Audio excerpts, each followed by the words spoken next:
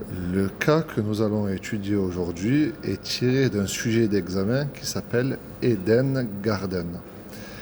Il concerne la préparation d'un prix de vente à l'export. Notre entreprise Eden Garden, suite à sa prospection, a trouvé en Allemagne un prospect qui s'appelle Geir Orkiden et qui est intéressé par nos produits. Nous allons donc devoir préparer notre prix de vente pour avoir la meilleure offre possible. Le client a ses conditions habituelles d'achat qui sont spécifiées ici. Et en début d'annexe, les deux tableaux résument nos conditions générales de vente. Votre travail va consister à déterminer à partir de combien de palettes de marchandises notre offre devient-elle intéressante et au-delà de combien de palettes notre offre est compétitive, c'est-à-dire va permettre à notre futur client de pouvoir améliorer sa marge habituelle. Donc, à la suite de cette vidéo, vous allez avoir le cas bien scanné sur lequel vous allez pouvoir zoomer pendant quelques minutes. Ensuite, une vidéo corrigée et pareil, une photographie bien structurée de la correction type pour pouvoir vous entraîner.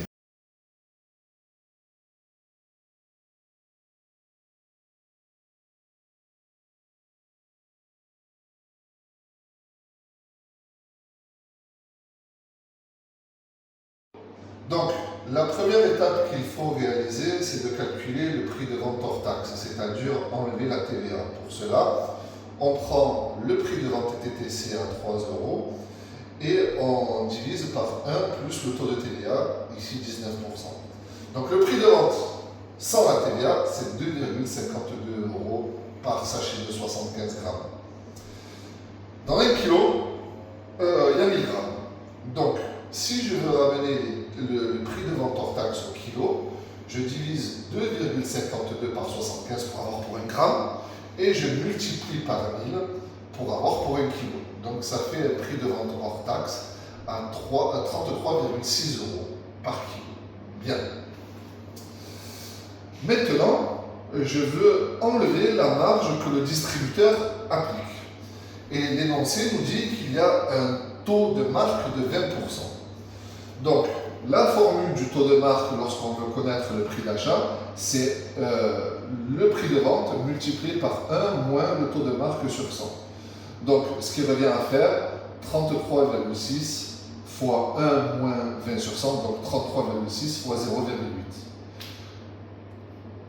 0,8. Le paquet de kilos qui est vendu 33,6 € est acheté par le distributeur 26,88 le kilo.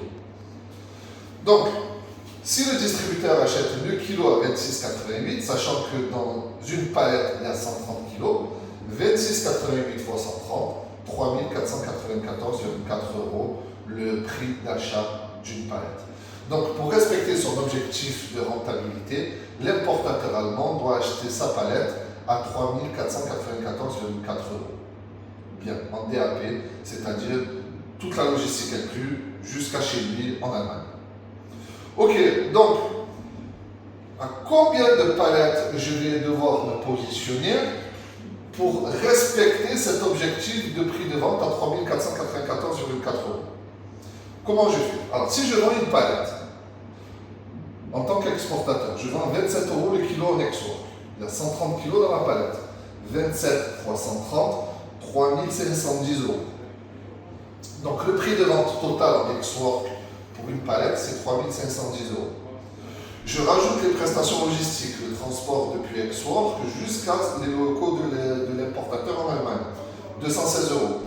Donc ça me fait un prix de vente total DAP à 3726 €. Donc 3726 € si je lui vends qu'une seule palette, je suis trop cher parce que lui, il veut l'acheter à 3494 €. Comme le prix du transport est dégressif, plus je transporte de palettes, moins la palette coûte cher. Si je transporte une palette, elle coûte 216 € la palette. Si je transporte 4 palettes, elle coûte 100 € la palette. Comme le prix du transport est dégressif, comme le prix de vente de la marchandise est dégressif également, si je lui vends 4 palettes, je vais lui vendre de moins en moins cher. Je vais lui vendre à 3480. Sachant que lui, il veut l'acheter à 3494, ben je suis moins cher que ses habitudes d'achat. Donc la bonne réponse était 4.